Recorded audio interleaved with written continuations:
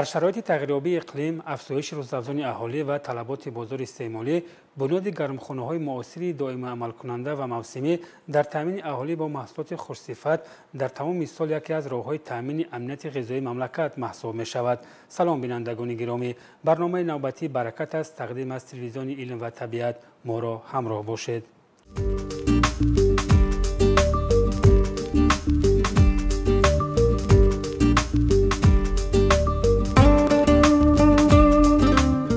بنیاد گرمخانه‌های معاصر موسمی و دائم عمل کننده یکی از راه‌های تامین بازار استعمالی و به این وسیله افزایش محصولات خوش‌صفت و تر و تازه وطنی محسوب می‌شود. اگرچه روزهای آفتابی تاجیکستان خیلی زیاد باشند، ولی در موسم تیرماه زمستان کمچین گردیدن محصولات سبزیجاتی بخصوص پمیدور و بادرینگ باید از شرایط و امکانات‌های موجوده به طور فراوان استفاده برد تا تمام سال بازار استعمالی با محصولات تر و تازه وطنی تامین باشد. امروز گرمخانه‌های معاصر در قلمرو مملکت افزایش یافته است که محصولات خوش‌صفت و تر و تازه وطنی در بازار استعمالی تامین می‌باشد.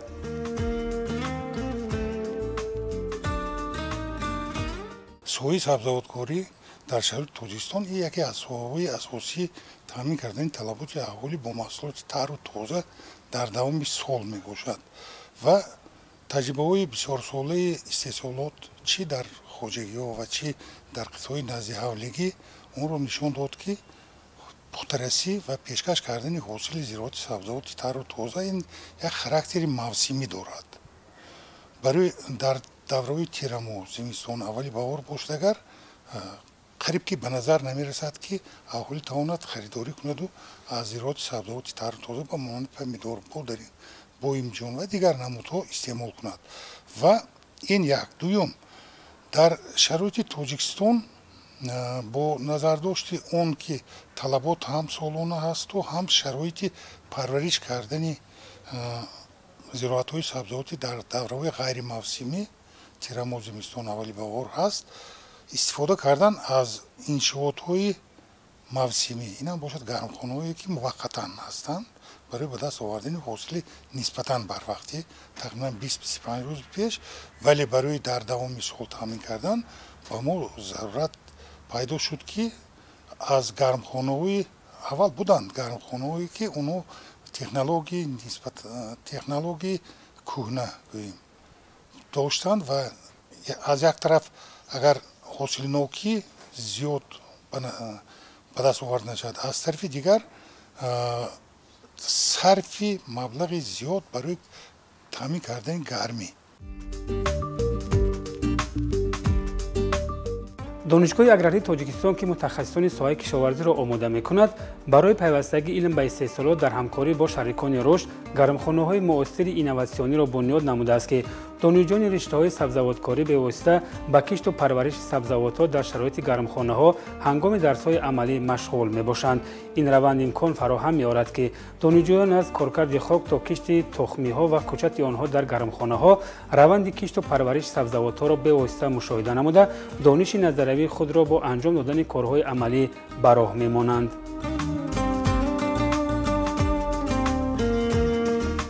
ما در دانشگاه اگراری تاجیکستان به نام شیرین‌شاه شاه تیمور با دستگیری حکومت ترکیه و با دستگیری حکومت کره جنوبی سه نمود گرمخانه سازیم. این ساختمان این گرمخانه دو مقصد دارد. یکم با سبب اون که دانشجویان فقط تا این دوره از روی کتاب و از ممکن ویدیو فیلم و مجله ها استفاده میکردند، حالا باشد به واسطه در شرایط گرمخانه از تیار کردن خاک تا پرورش کردن کوچت، شیناندن، نگاهبین، حاصل جمع کنی، مبارزه بر ضد کسلی و حشرات و دیگر نشان دهنده ها هستند. اینو میتوانند آموزند و اینم خوب میشد که چون که اگر ما دانش نظریوی رو با دانش عملی یا که تجربه عملی یکجایی کنیم، در این حالت دانشجو یا ختم کننده دانشگاه یک دانش ملکه ضروری به دست می‌آورد و وقتی که اون به استحصالات رفت یا که در حیوان خوشگی کار کرد، در اقلا در قطعه نزدیک خودش هم کار کند، از این تجربه میتواند استفاده برد. در دوره همکاری‌های حکومت جمهوری تاجیکستان با کره جنوبی و شریکان رشد امروز در دانشگاه اگراری تاجیکستان 3 گرمخانه بنیاد گردیده فعالیت می‌کند که در سمت پیوستگی علم به استحصالات سهم نظر است دارند. گرمخانه‌های گیدروپونیکی و مقرری از همدیگر به کلی فرق داشته، یکی با اصول مقرری و دیگری با کامپیوتر اداره کرده می‌شود. این روند امکان فراهم می‌آورد که اینوواسیا در ساحه کشاورزی دوره به دوره عملی کرده شود.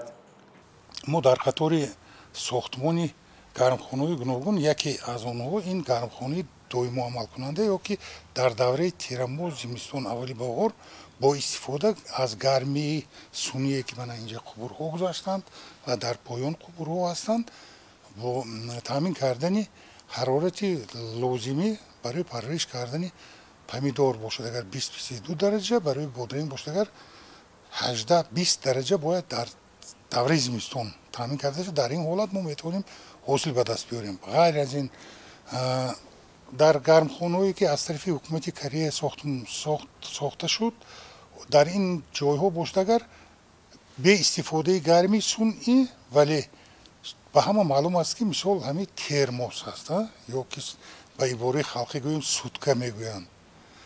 дар дохили телмос ё сутка гармӣ чӣ хел нигоҳ дошта мешавад? ду қабат аст, қабати боло ё қабати дохилиш ё шишагӣ ё аз металл аст ва ҳамин тариқ гармӣ нигоҳ дошта мешавад. дар гармхонаҳои кореягӣ ҳамин усул ё принсип истифода карда шуда, якум гарм нигоҳ доштан, дуюм салқин нигоҳ доштан. барои салқин нигоҳ доштан ба тариқи автоматӣ чӣ хел ки шумо дар اتاق نظارتی وقتی که حرارت هوا در داخل گرمخانه از 32-33 درجه بلند شد دیوارهای پهلوی کشیده میشد. از این هم که زیاد شد بالا پشت کشیده میشد.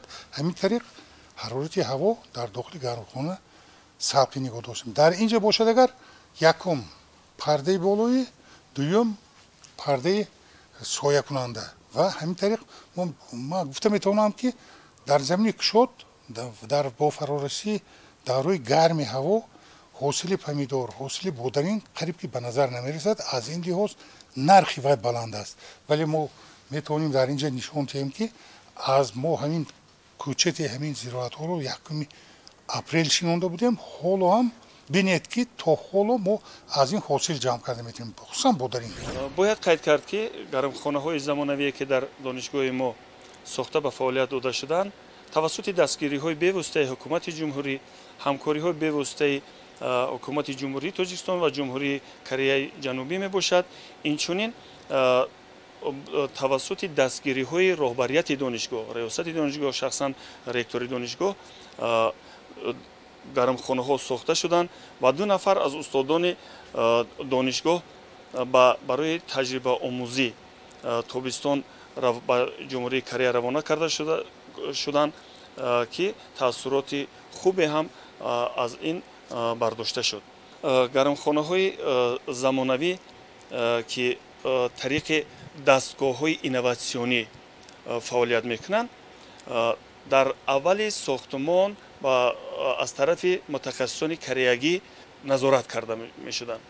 баъд аз оне ки мо аз омӯзиш баргаштем, аллакай худи мо ин гармхонаҳоро назорат мекунем, кор мекунем ва барои гузарондани дарсҳои амалӣ барои донишҷӯёни мо мусоидат мекунад. қариб ки ҳамаи дарсҳои амалиро мо аз фанҳои сабзавотпарварӣ дар гармхона дар ин гармхонаҳои замонавӣ мегузаронем. донишҷӯён худашон дар инҷо кор мекунанд, мо назорат мекунем, онҳо кор мекунанд, андозаи растаниҳоро, моҳлати шинондан, моҳлати ҷамъоварӣ, давраи нашъанамо, давраҳои фенологии растаниҳоро онҳо назорат мекунанд ва фикр мекунам ки барои дар оянда ҳамчун мутахассисони дар сатҳи байналмилалӣ ҷавобгӯ хатм мекунанд аз донишгоҳ ва инчунин корҳои илмие ки иҷро карда мешаванд онҳо дар истеҳсолот ҷорӣ карда мешаванд.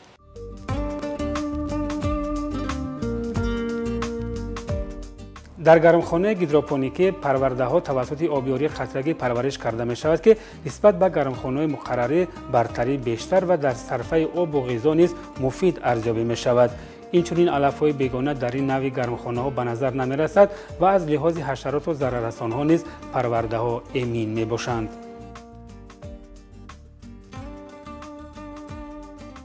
واقعاً آبیاری قطرگی از یک چند جهت اهمیتی زیاد دارد. اولا آب صرفه می شود.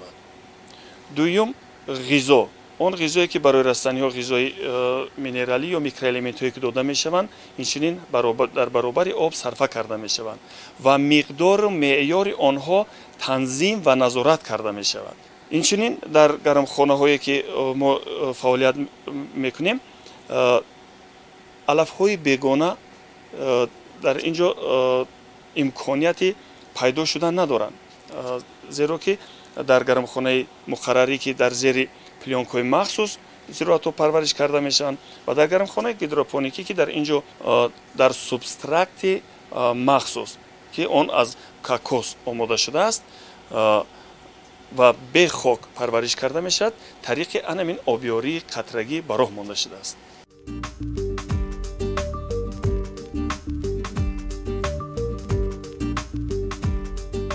برای پرورش سبزیجات به خصوص بودرینگ در گرمخانه‌های گیدروپونیکی از اصول کشت پرورده استفاده می‌کنند که برای پرورش و بروقت‌تر پخته رسیدن سبزیجات مساعدت می‌کند. برای آماده نمودن پرورده در نزد گرمخانه‌ها اتاق‌های مخصوص پرورش پرورده‌ها فعالیت می‌کند که در تامین گرمخانه‌ها با پرورده‌های آماده شده نقش مهم داشته. همزمان دانشجویان می‌توانند این اصول پرورش را نیز از کشت تخمی تا سبزش نیال‌ها زیر نظارت گرفته دانش نظریوی خود را در عمل تطبیق و پیوستگی علم به استحصالات را نیز به واسطه مشاهده نمایند.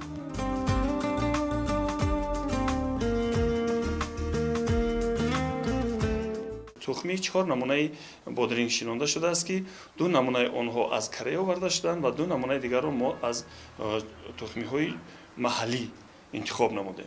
این نمونه های پرورده های بودرینگ هستند که در اینجا زیاده از 1600 عدد شناخته شدند و پگاه الکی اینها رو دانشجویان به گرمخانه میگذارند. الکی مهلت گذراندن این روستاها فرا رسیده است.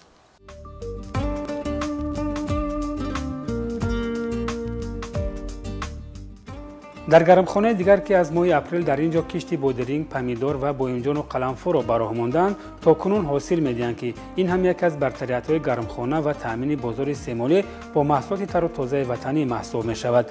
گرمخانه راه و اصول‌های خاص خود را داشته این نوع کشت و پرورش را استادان دانشگاه اگراری تاجیکستان ضمن یک دوره آموزشی از تجربه عالمان و متخصصان کشورهای کره جنوبی و ترکیه حاصل نمودند که امروز این تجربه را دانشجویان و اسپرانتان نیز هنگام کارهای علمی تحقیقاتی از استادان دانشگاه از خود می‌کنند.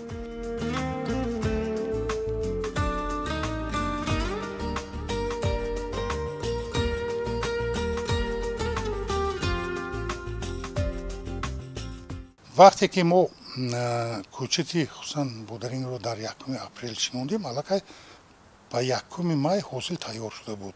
پمیدور باشه اگر 15-20 مای و تا حال حاصلدهی اونها ادامه دارد. چنین حاصلگیری در زمین کشاد غیر امکان است با سبب اون که حرارت هوا نهایت بلند است و گردآلودشوی گلها به نظر نمیرسد. به همین سبب حاصلبندی هم نیست. اکنون اون دستاوردهایی که از تجربه سبزیجاتکاری ترکیه و سبزیجاتکاری کره جنوبی ما استفاده کردیم و بازآموزان ما آموختیم تجربه کاری دهقانان و فرمیران کره جنوبی که در اون جایها نظر به ما خیلی حاصل بلند میگیرند و همین طریق میتوانیم با استفاده از این انشاءات ها میتوانیم اقلا برابری ویا نشیم با اونها نزدیکتر شویم که تا که نشان دهنده استحصالی ما باشد هرچی زیادتر و این یکی از ذخیره‌های اساسی زیاد کردن استحصال محصولات زراعتی سبزیجاتی هست که با اصولهای پرورش کوچت علایده نگاهبین شنوندن و ба ҳосил расондан, сари вақт ҳосил ғунучин кардан, ҳамин тариқ зиёд кардани истеҳсоли маҳсулот чӣ дар замини кушод ва чӣ маҳсулотҳои зироатҳои сабзавотӣ тару тоза дар давраҳои ғайримавсимӣ, ин ҳам аз ҷиҳати таъмин кардани талаботи аҳолӣ бо маҳсулоти серғизои витамин, моддаҳои минералӣ дошта, равғанҳои эфирӣ дошта, аз тарафи ин аз ҷиҳати самаранокии иқтисодӣ бошад, низ нишондиҳандаҳои баландро соҳиб ҳастанд. гармхонаҳои замонавие ки дар донишгоҳи аграрии Тоҷикистон айни замон фаъолият доранд, онҳо типи кореягӣ мебошанд ва ба тарзи автоматикӣ фаъолият мекунад. Дар дохили гармхона ҳарорат, намнокӣ танзим карда мешавад ва ба воситаи инҷо дастгоҳи махсусе ки насб карда шудааст, мо инҷо мебинем ки дар дохили инҷо об ҷойгир карда мешавад ва тавассути ҳамин намнокӣ дохили гармхона ҳаррӯза назорат карда мешавад. Намнокӣ дар дохили гармхона аз 60-70 дараҷа бояд поён нашавад. Дар ҳолати паст шудани намнокӣ дар дохили гармхона аллакай ба рушди растаниҳо таъсири манфӣ мерасонад. аз ҳамин лиҳоз махсус дастгоҳ ҷойгир карда шудааст ки ҳаррӯза намнокӣ назорат карда мешавад. Инчунин яке аз омилҳои муҳими дигаре ки дар дохили гармхона таъсири махсус дорад, таъсири муҳим дорад, ин ҳарорат аст. яъне ҳарорати зиёда аз 35 дараҷа, 35-36 дараҷа барои растаниҳои помидор ёки бодиринг ва дигар зиёратҳое ки дар гармхона парвариш карда мешаванд, аллакай таъсири манфӣ мерасонад. ё ин ки шабона аз 15 дараҷа бояд ки ҳарорат паст нашавад. аз ҳамин лиҳоз гармхонаҳои тиби кореягӣ тариқи компютер назорат карда мешаванд, ба тарзи автоматикӣ фаъолият мекунанд ва дар ҳолати ҳарорат баланд шудан, аз меъёри муқаррар шуда баланд шудан, онҳо ба тарзи автоматикӣ тирезаҳо ёки хеле ки дар гармхона мушоҳида мекунем, ҳам тирезаҳои махсус ки бо турҳои сиёҳ пӯшонда шудаанд барои ворид нагаридани ҳашаротҳо ва дигар таъсир расидани дигар омилҳо, инчунин равзанаҳои болоӣ мавҷуданд. дар ҳолати агар бо тирезаҳое дар бар мавҷуд буд, дар бари гармхона мавҷуд буда ҳарорат танзим нашавад, равзанаҳо ба кор медароянд ва онҳо ҳароратро танзим мекунанд. Инчунин 8 дастгоҳҳои махсуси шамолдиҳӣ дар дохили гармхона насб карда шуданд ки онҳо доимо барномарезӣ карда шуданд ва фаъол ҳастанд. дар ин гармхона бояд наву намунаҳои киштро парвариш карда шаванд ки ба муҳит ва ҳарорати дохили гармхонаҳо мутобиқ бошанд. дар ин гармхонаҳо низ донишҷӯён бо усули муосири парвариши зироатҳо дар гармхонаҳо ошно гарида, дониши назариявии худро дар амал татбиқ мекунанд. бино ба андешаи олимону мутахассисони соҳа, наву намунаҳо ва дорагаҳои серҳосил имкон фароҳам меорад ки аз як қитъаи замин ҳосили фаровон ба даст оваранд. тухмиҳои хурсифат низ яке аз омилҳои фаровонии маҳсулот маҳсуб мешавад.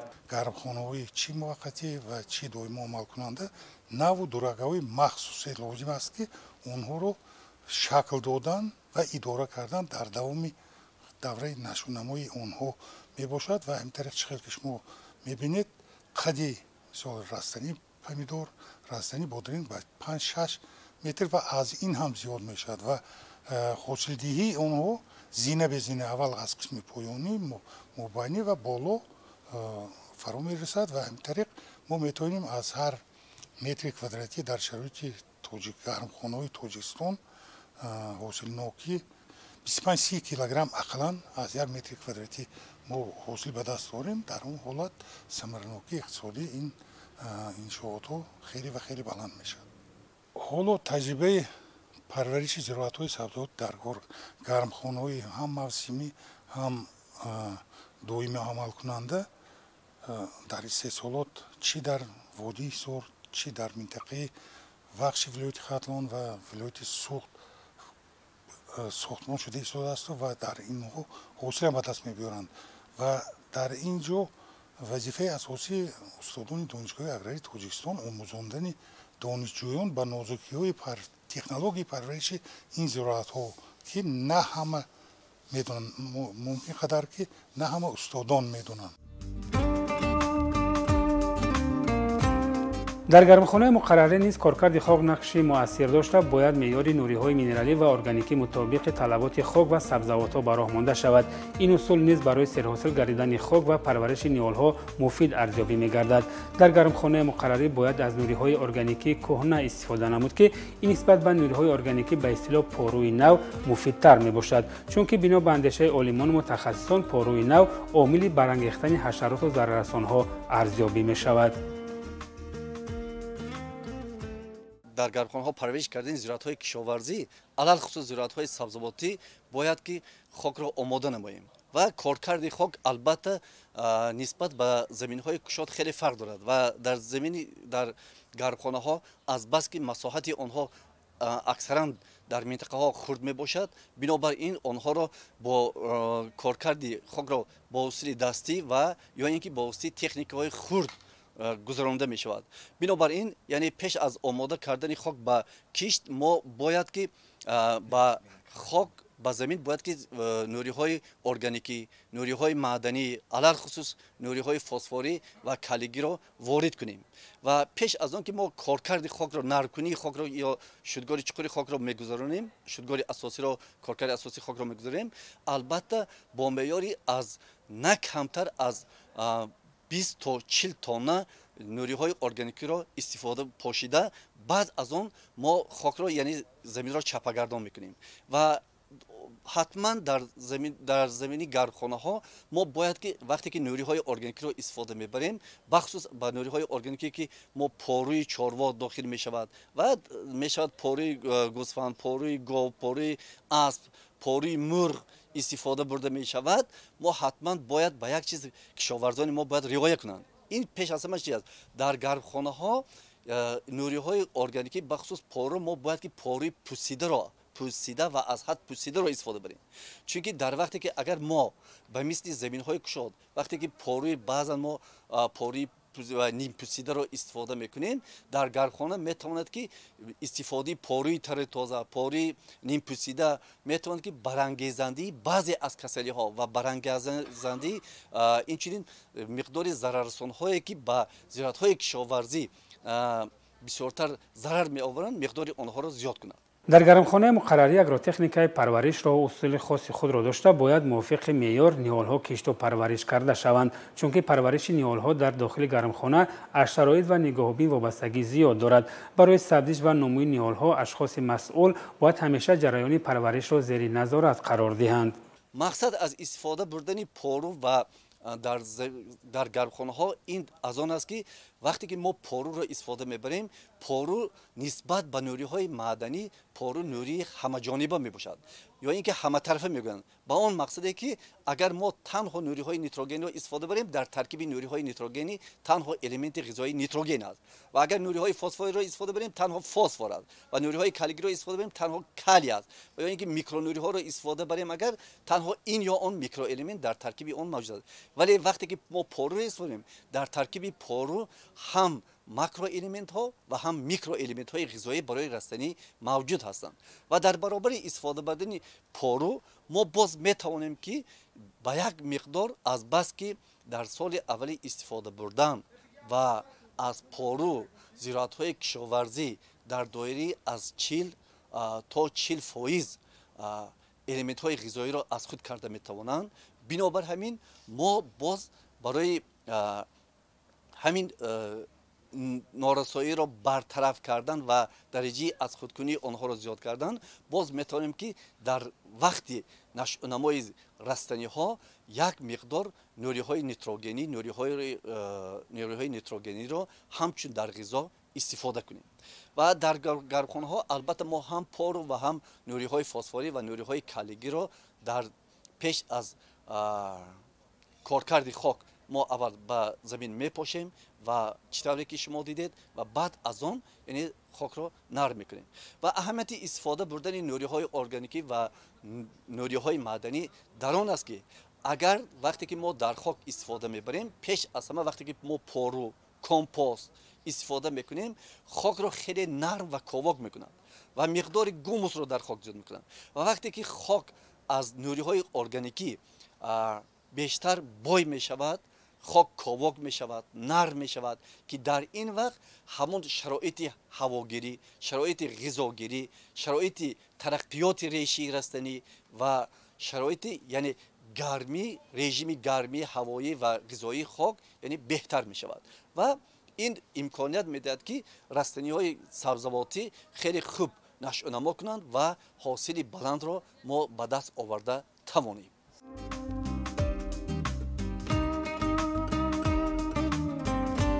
بنیاد گرمخانه‌های معاصر در شرایط کنونی برای تحکیم دانش دانشجویان و انجام کارهای علمی تحقیقاتی نقش مؤثر دارد. پیوستگی علم به استحصالات یکی از راه‌های دیگری سرحاصل گردیدن محصولات و به این وسیله تأمین بازار استعمالی با محصولات تر و تازه وطنی از لحاظ اکولوژی تازه محسوب می‌شود. این روند در سمت کاهش محصولات وارداتی از خارج کشور ارزیابی می‌گردد.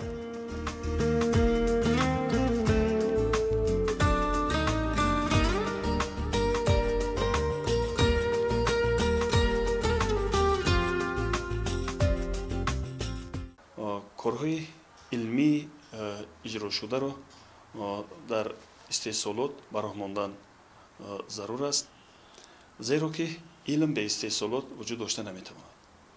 аз ин лиҳоз дар донишгоҳи аграрии тоҷикистон тавассути дастгириҳои раёсати донишгоҳ, шахсан ректори донишгоҳ, гармхонаҳои замонавӣ сохта ба истифода дода шуданд, ки донишҷӯён аз онҳо самаранок истифода мебаранд. хусусан дарсҳои амалӣ дар гармхонаҳои зикр гардида гузаронда мешаванд. он дарсҳои назариявӣ дар амалия бароҳ монда шуда ва барои такмил додани савияи дониши донишҷӯён мусоидат мекунад. айни замон дар донишгоҳи аграрии тоҷикистон барои шириншоҳ шоҳ темур ду гармхонаи замонавии типи кореягӣ сохта шудааст ва як гармхонаи дигар типи гармхонаҳои туркӣ бо дастгирии ширкати тика ки дар онҳо донишҷӯён магистрон аспирантон омӯзгорон корҳои илмии тадқиқотиро ба роҳ мондаанд ва дар раванди таълим ва бурдани корҳои илмӣ мусоидат менамоянд. برای استفاده امکانیت و اقتدارهای موجوده در سمت رشد ثمرانک گرمخانه‌ها برای پرورش سبزیجات بروقتی و تأمین بازار استعمالی با محصولات خوش‌صفت و از لحاظ اکولوژی تازه تدبیرهای ضروری را روی دست گرفت، چون که در شرایط رشد با سرعت تکنولوژی و استفاده ثمرانک اینوواسیون در ساحه کشاورزی مملکت یکی از راه‌های مؤثر استحصالات به حساب می‌رود. برای استفاده ثمرانک اینوواسیون در ساحه کشاورزی باید همیشه همقدم زمان بود. بینندگان گرامی، بدین ترتیب رسیدیم و انجام برنامه نوبتی برکت از تلویزیون علم و طبیعت. برنامه‌های دیگر تلویزیون علم و طبیعت ادامه دارند. ما را همراه باشید.